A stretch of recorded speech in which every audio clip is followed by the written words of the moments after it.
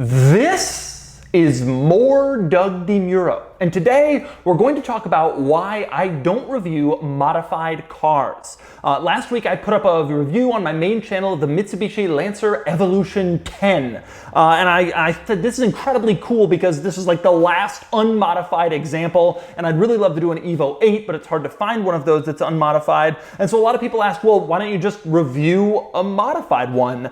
And I get that question a lot. Hey, I have a Nissan 300ZX, but it's got, these mods and it's putting out this much power. Why don't you review it? And that sort of thing. And so today I'm going to explain why I don't review modified cars. Before I get started, be sure to check out Cars and Bids, which is my new online enthusiast car auction website for modern enthusiast cars. If you're looking to buy a cool car from the 1980s and up, Cars and Bids is the place. We have daily car auctions with incredible variety, all sorts of interesting and cool cars. And if you're looking to sell a cool car from the modern era, Cars and Bids is where you want to do it. You'll get the most money and the most interest in your cool car. Check it out at carsandbids.com. Okay, I'm gonna get started by telling you what, in my mind, what constitutes a modified car. Then I will share the actual main reason why I don't review modified cars. Then I'm gonna share a few exceptions that I've made over the years, modified cars that I have reviewed, and then I'm also going to explain some exceptions that I would make in the future. So let's get started. First up, when I say that I don't review modified cars, and I've always said this about my channel, and if you look back at my channel, you'll always find all the cars I do are stock, unmodified, even older 80s, 90s cars I found like pristine, stock, untouched ones. But that's not strictly true. Basically, every older car I review is modified in some way or another. I've reviewed some incredibly clean stock cars over the years, but they all have at least a few changes. For example, recently, a few weeks ago, I reviewed a really nice Honda Civic Si. And that car was basically unmodified. It didn't really appear like it had been changed. And that car even had its original radio, which the car was 30 years old with its original radio.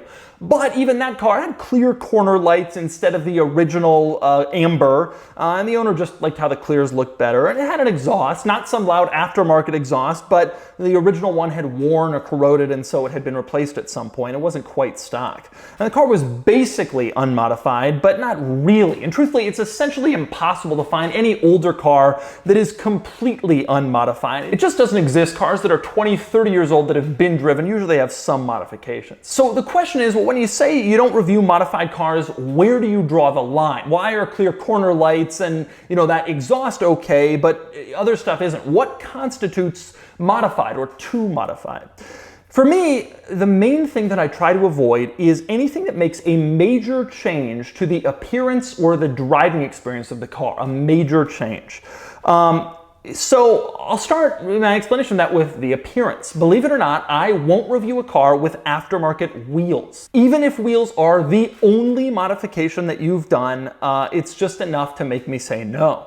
And the reason for that is because I need the thumbnail image you see of me standing next to the car with my arms out, I need that to appear as close as possible to the original manufacturer look of the car. When people see it, I want them to know that they'll be getting a review of the original factory, that car, how they remember it, how they had it when they were a kid, whatever, and not some modified or changed or revised version of it. The wheels might be the same size as the original. They may look better than the original, but nonetheless, it makes a big change to the look of the car in that thumbnail. And that affects the thumbnail, and it affects people's perception of the car and what they are going to get out of that video. So I can't do it. Same with a huge aftermarket wing or a crazy wrap. A car that's been wrapped, even if it's completely stock otherwise, won't review it unless the wrap color is a pretty standard looking stock color. Even lowering, can't do that because it's easy to tell from the thumbnail, hey, this car has been modified. So anything that majorly changes the look on the outside of the car for that thumbnail,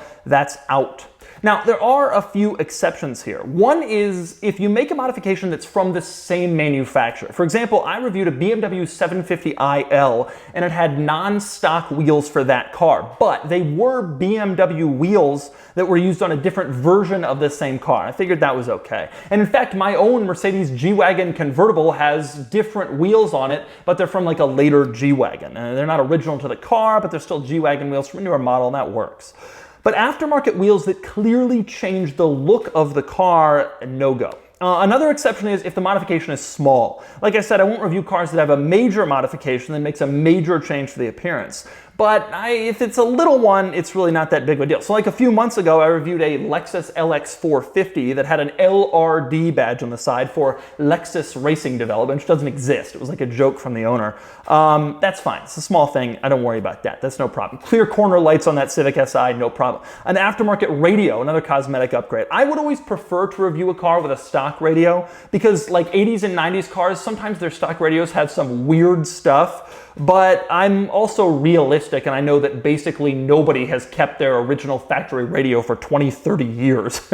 And so I have to go through that, and that's fine. That doesn't really bother me all that much. But when stuff starts to majorly affect the look of the car on the outside or on the inside, I can't review it. So let's talk about non-cosmetic modifications. Engine, transmission, drivetrain, powertrain, mechanical. What mechanical modifications are enough to make me say, no, I won't review that car? And the answer, again, is anything that has a major effect in the car. The driving experience, an intake, a slightly modified exhaust, maybe a short shifter. That stuff I can live with, especially if, it's one of those or maybe two of those.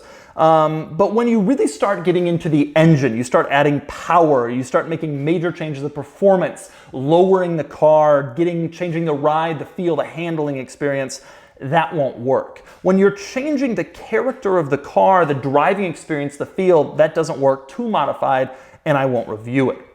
So with that in mind, let's talk about why I won't review modified cars. This is a car review channel. A lot of car enthusiasts like to modify cars, and so doesn't it make sense that I would review modified cars from an enthusiast that other enthusiasts might want to watch? And on the surface it does, but the main reason is simply this. I want to get this right. As I said, this is a car review channel. And when you review a stock, unmodified car, you review a car, that car. So I reviewed a stock Evo 10. That is an Evo review. Now you know all about that car, what it's like, how it looks, what its quirks and features, its interior, whatever. That was a pretty good review. Its driving experience, I think that one went well. It was a good, original, general quality review of an Evo 10, how it was. So when you review a stock car, you review that car.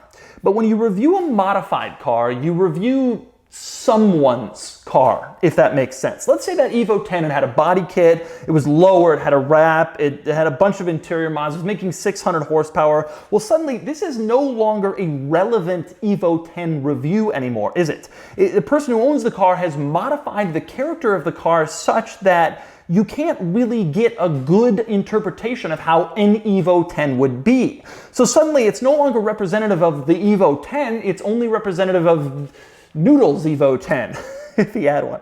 And it's modified in a particular way. And then it becomes less widely appealing as a video. Now, it's probably more appealing to Evo 10 owners. They look at that and they say, ooh, that guy did some interesting things. I like, he lowered it, he did this, that's kind of cool. But if you have like an M3, or if you've always wanted an Evo, or if you had chose something else at that time and you wanted to see what you had missed out on, you want to see a general Evo review. You don't want to see a review of some guy's Evo that he chose to modify in a certain way. And watching a review of a super modded one, it just doesn't give you that. It's too narrow, it's too focused, and it's too distinct to the individual. It's not really an objective car review. So reviews like that of modified cars are just not representative of the vehicle in question. And for a channel like mine that tries to do objective car reviews to educate people, to entertain them as best as possible, I think that's the wrong approach. Reviewing an individual car just has a far narrower, less broad appeal than reviewing the car, a general unmodified example. So that's the explanation of why I don't review modified cars. But whenever I make a video on the More Doug channel saying I don't do something, I get about 50 emails from viewers telling me that I should. When I made my videos talking about why I don't go to Europe or travel, very long distances to review cars, I got 50 emails from people saying, well, I know you said you don't go to Europe to review cars, but you should for my car. Here's why. And when I made the video talking about how I don't film older cars, like pre-1980 or so typically, I got like 50 emails from people saying, well, I know you say you don't film older cars, but you should film my older car, and here's why. But don't send me one of those emails about modified cars. I am not going to change my mind. I'm really not. I know you're sitting there right now, you have a modified car, and you think, oh, I gotta send him an email and convince him to change his tune. I will not change my mind. I think it's important to review stock cars to reach a broader spectrum of people and to provide the best possible review of that car. However, I have made a few exceptions, which I will discuss. Probably the biggest exception, I reviewed a Delorean that had been modified to be a perfect replica of the time machine from Back to the Future. Now, the reason why I did this one is obvious. The Delorean is cool, but the Delorean time machine from Back to the Future is even cooler, and then it's an iconic car that doesn't have the narrow appeal of many modified vehicles. In fact, I think one could argue that the time machine Delorean has an even broader appeal than a regular Delorean. You appeal to very many non-car people with that Back to the Future connection. So that one is an icon. That one made sense. And in the cases of, for example, movie cars, I would kill to review them. Yes, a Mercedes ML320 from Jurassic Park 2, The Lost World. I would give anything to review a Ford Explorer from the first Jurassic Park movie, or a bunch of other things like that. That sort of modified car, yes, I am into. But that's not an Evo with a tune. But I've reviewed other modified cars more than that. And I think the main reason I will occasionally review a modified car is if I truly don't think I will ever be able to find a non-modified version of that car. For example, the Mercedes-Benz G63 6x6 I reviewed. That one was Brabus tuned, which is for a lot more power than the regular one, which is a huge violation of my policy not to review anything that's been modified. I would never review a Brabus tuned S-Class or C-Class or whatever. But apparently, as part of the federalization process for them to import these 6x6s into the USA, most G63 6x6 models in the States were Brabus tuned. And I mean, I'm not going to find another one of these. They cost over $1 million. Most of the 10 maybe that are in America were tuned. It's not going to happen. So I filmed it. It made sense. I wasn't going to find a better or a different non-modified example. This isn't true only of expensive cars, by the way. Good example, I reviewed a 1999 Lincoln Navigator that had aftermarket wheels. I had always really wanted to review a very early Lincoln Navigator, a clean, unmodified first-gen model, because of the impact that car had on the car industry, the full-size luxury SUV market segment. But finding a nice early Navigator is basically impossible now. They've all been driven hard. They're on their 9th owner. They've had rims put on them. You can't do it. So this one was very clean, completely unmodified, except the wheels were aftermarket. But they were period correct wheels. They were probably put on by the original dealer to try to upsell the first owner and make a little bit more money. And so it kind of fit the car, and I figured I'm never going to find another really nice early Lincoln Navigator again. So I filmed it aftermarket wheels and all. It's a very rare exception, but it's an exception that was important because of how uncommon the car is. And there have been a few of these. I filmed a Chevy HHR SS panel van. There's like 100 of these. And the one I filmed had a couple of mods, but I did it anyway because I knew I would never find another one, and because the mods were relatively subtle and small. They didn't really make any big changes. I filmed an Aston Martin Vanquish from an owner who's one of my favorite car owners I've ever worked with.